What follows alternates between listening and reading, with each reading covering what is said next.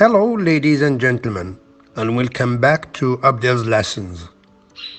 Today's lesson is going to be about business emails and how to write good ones. Please pay careful attention. My lesson today falls into four parts. Part A, the layout and the characteristics of good emails. Part B, some useful phrases in writing different types of emails. Part C, distinguishing between semi-formal and formal emails. And of course, part D, as usual, some practice exercises. So try to be all ears and pay careful attention.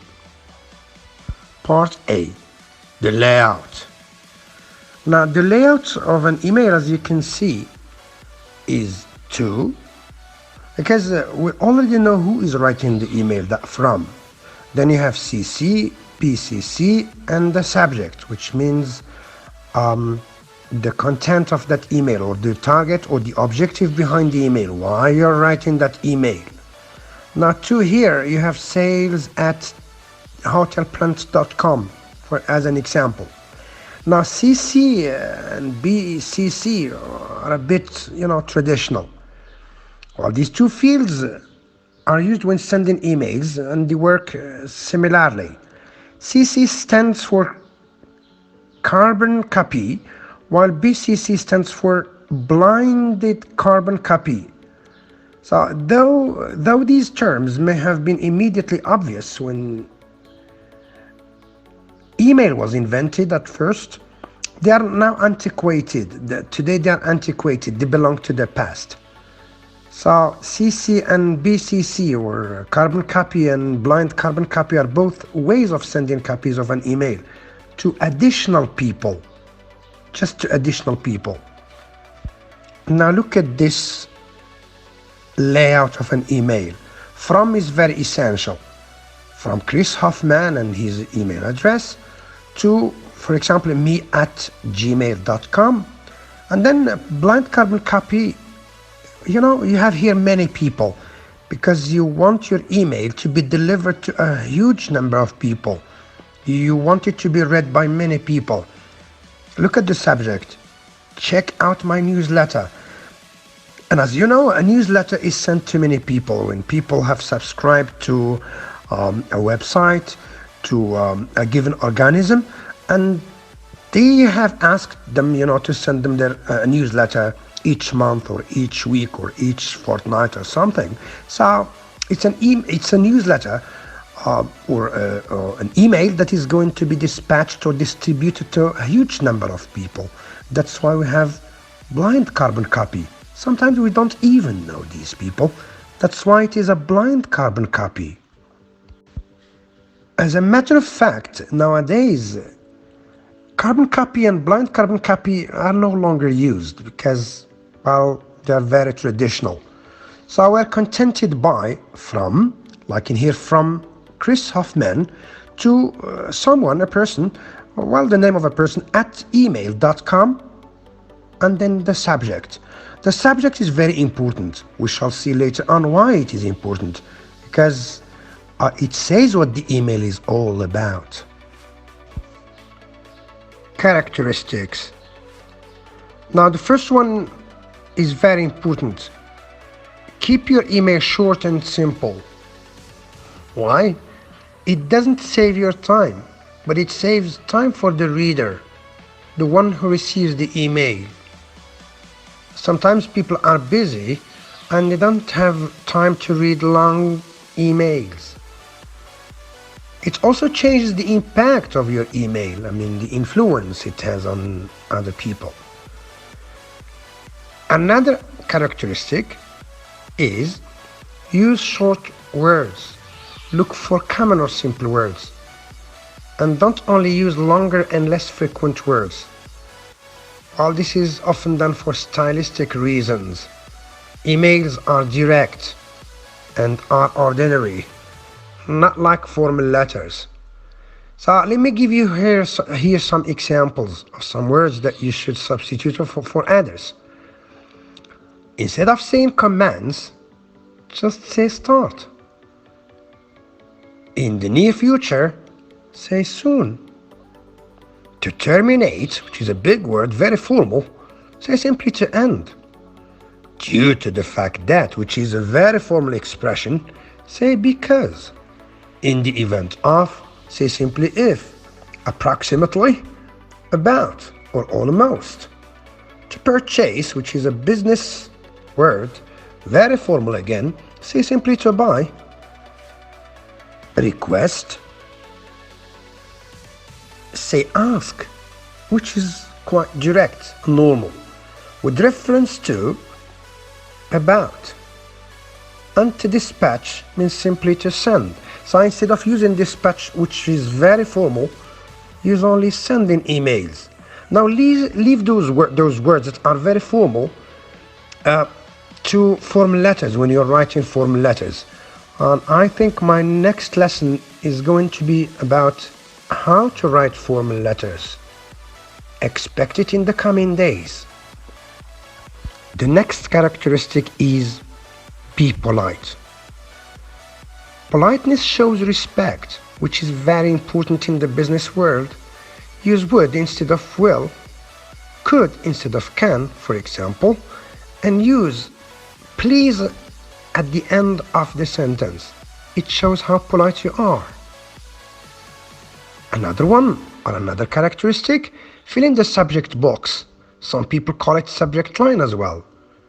Now this focuses the reader's attention and allows them to file your emails properly, to know what you're really writing about, what you really want. Another characteristic, be discreet. Now, emails are often copied and redistributed to other people. We already talked about carbon copy and blind carbon copy. So therefore, you need to be discreet, to be professional, to write only what you want to talk about, your objective behind the email. Another characteristic, avoid capital letters. Don't write in big letters, in capital letters, because they make you look like you are shouting.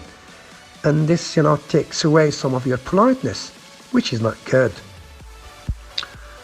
Part B, useful phrases. Now here, this is the core content of an email.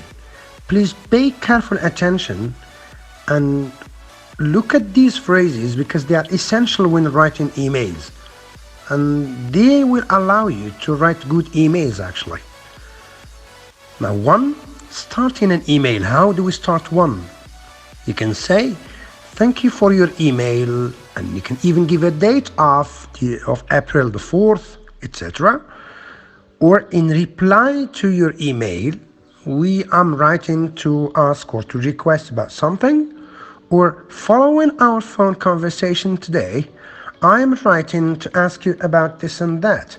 So here, there was a phone conversation, and after that, you write an email because you want to ask about something. 2, stating the reason for writing or why you're writing the email. Here is the most important part because you are going to state what you want behind that email. Like in these phrases, I'm writing to inquire about possibilities to be recruited in your company. I'm writing to confirm it can be a booking, an appointment, a reservation, coming for an interview, etc.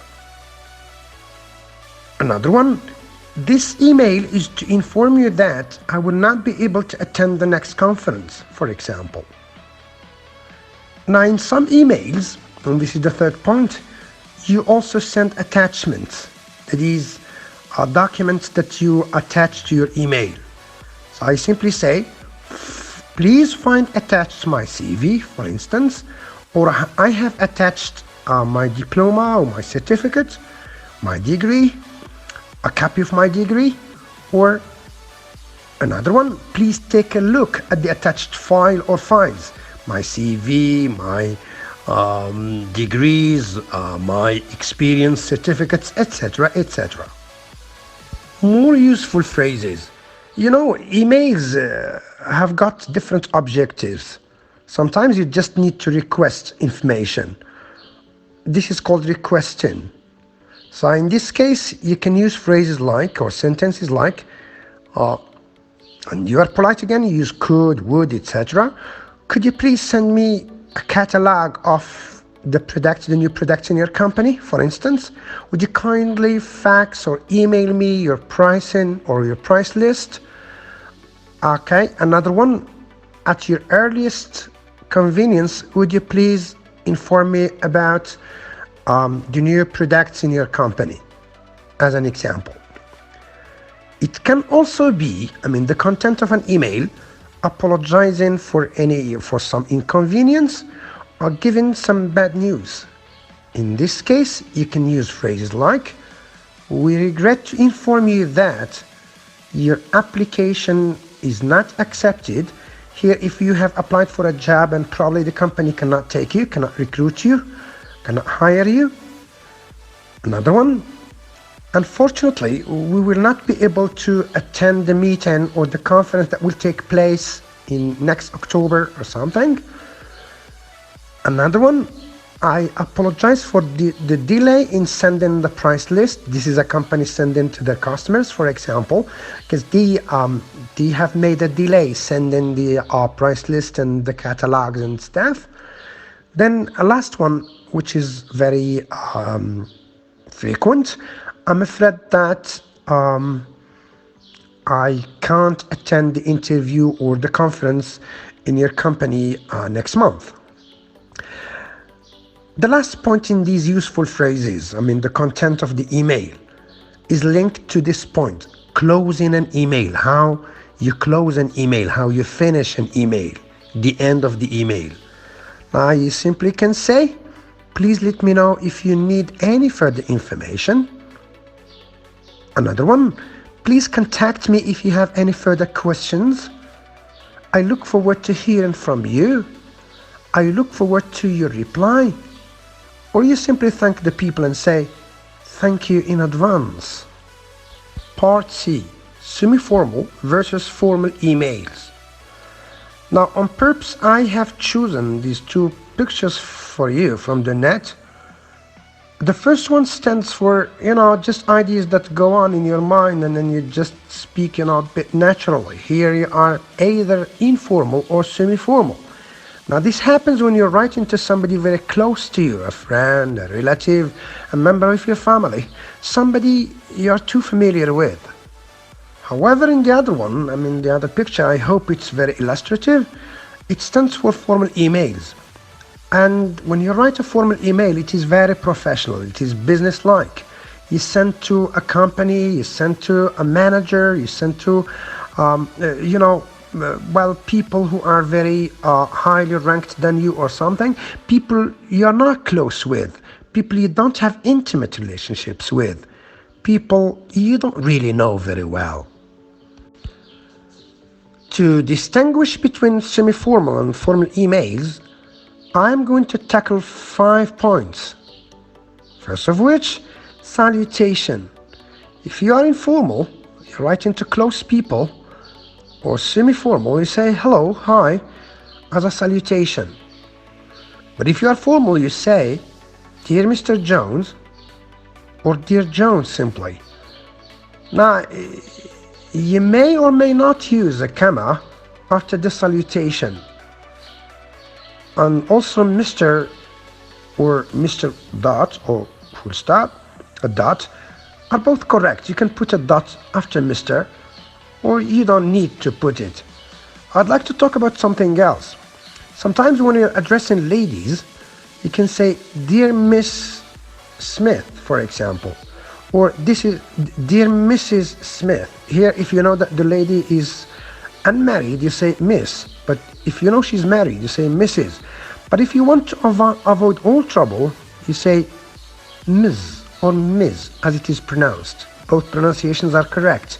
M and S, then the name of the lady. You can also say dear madam or dear sir. If you don't know who you're addressing, whether it's a female or a male, You can say, "Dear Madam or Sir." In many situations we find this Madam. This makes me a bit laugh. However, I think first write Madam because this is more polite and more considerate. It shows how gallant you are. The second point, while exchanging information. An informal way to use this or to say this, mail me the sales figures. Now here, mail is direct, it's like an imperative. But to be formal, be a bit polite and say, "Could you please mail me the sales figures?" So usually the longer the statement, the more formal it is. Another example, here is the brochure you asked for. This is semi-formal. Here is the brochure you asked for. Formal, "I'm sending the brochure you kindly asked for." It's very formal. The third point is linked to apologizing. If you directly say, "I'm sorry for not coming to the meeting. I'm sorry for being late. Sending the price list or the catalog," it's a bit semi-formal. However, if you say, "Please accept our most sincere apology about, not, recruiting you for the job," or something. So this is a bit more polite. It's very formal. Fourth point, replying to emails. In an informal way or a semi-formal way, you say, "I got your email, thanks." It's a little bit direct, isn't it? If you want to be formal, you say, thank you for your email. Thank you for your email." And you can even give the date afterwards. So this is an appropriate way to start right after the salutation. Well, it can be the first sentence there. Fifth point, endings and contact information.